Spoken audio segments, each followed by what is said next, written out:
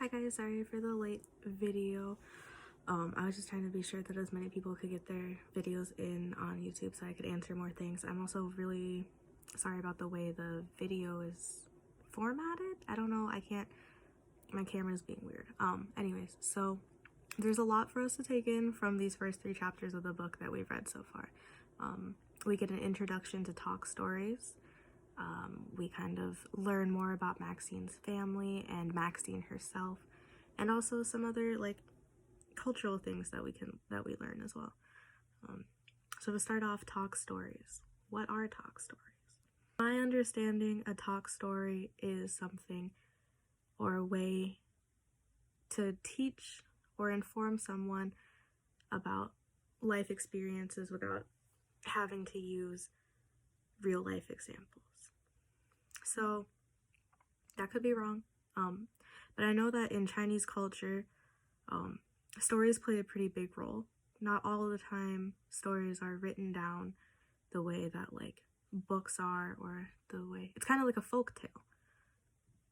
So the same story is being told, but there are multiple interpretations of it. However, the end result and the main theme or lesson stays the same. It's pretty consistent. I don't think it's uncommon for parents to tell their kids the same stories. At least from what I know, even in American society, parents will tell children stories or cautionary tales as they grow up. Like there are plenty of American or like, you know, Western legends that people will also tell their children. And they vary from place to place. Or like there are legends that kind of all cultures have that teach the same story, but the way they tell the story is different. And so like with the idea of talk stories, and in the first chapter where her mom is talking about her dead aunt, even though that's like an actual story or something that actually happened, it kind of feels like it weighs the same or has the same importance as like a folk tale, or like in this case, maybe, as she mentioned in the second chapter, the story of Hua Mulan, which also is a relatively well-known story in China. So it started out being told and passed down through spoken word, and the first, I think, written form of it was the Ballad of Mulan, which basically was a poem, a collection of poems, I think, that had then been, you know, written into song. So it's actually more like poem music, even though the story is kind of told all throughout China. There have been different variations of it before the official writing of it as the Ballad of Mulan. So commonly in America, people know about like Mulan, like the Disney story, which even itself and the new version from recently, 2020, even though they play a homage to the story of Mulan, there's so many things of it that are different and sometimes even like romanticized or not exactly on par with the traditional story that people in China might know. I also saw somewhere on the internet, I think, when I was looking at, I don't know, more information for the video to talk about, that Kingston's version of Mulan in the second book became very popularized in the West, and also could have influenced the creation of Disney's original Mulan movie, the 1998 one. So that's interesting and cool also, I guess, that she kind of had that influence. I saw also on the list of questions that people had talking about or asking why girls held such low value like in the book.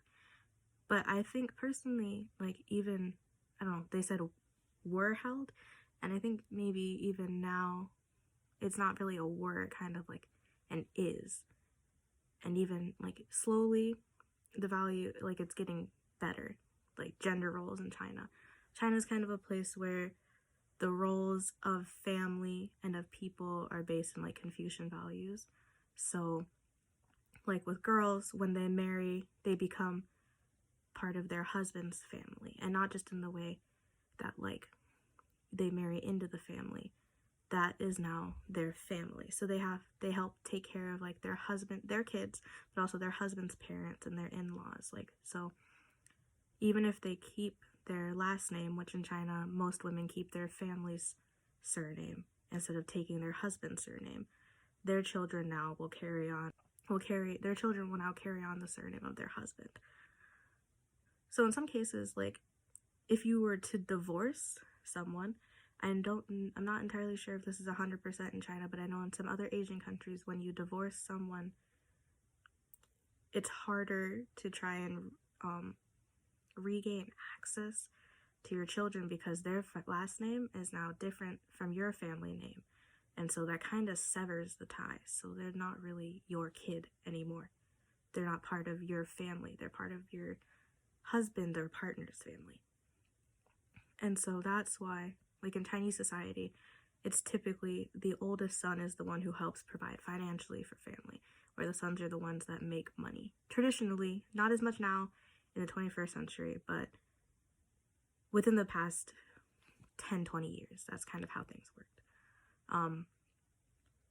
As I said before, also kind of like traditionally girls aren't valued as highly in China, which you can kind of see through the form of like the types of children that are in Chinese orphanages or put up for adoption in China. And a lot of the times the majority of them are girls, especially with like China's one child policy for a while. Is like, if you only get to have one kid, why, I guess in a sense, waste it then?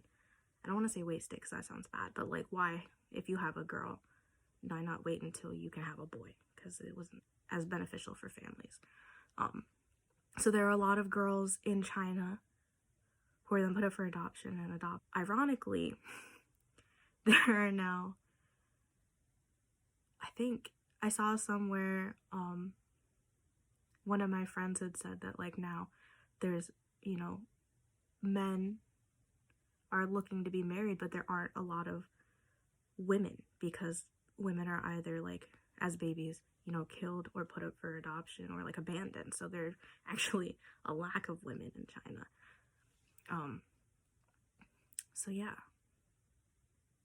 Another thing that I saw was like the people talked about in the 3rd chapter, like Maxine's mother's story and the idea of like warrior women. I think that Maxine's mom is definitely a warrior woman. There's so much that she accomplished and was able to do as a strong woman, like without a husband. That's just really cool.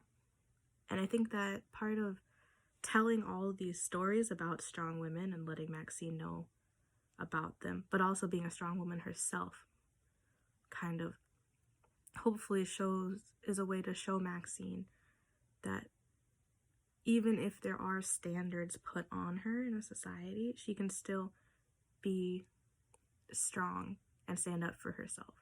And I think maybe that's kind of what the book is trying to show as well, that Maxine might have written this book as a way to show that not all Chinese or Asian women are submissive and that they can actually, have the ability to stand up for themselves and be strong and not just a subservient, like submissive or like overly sexual version.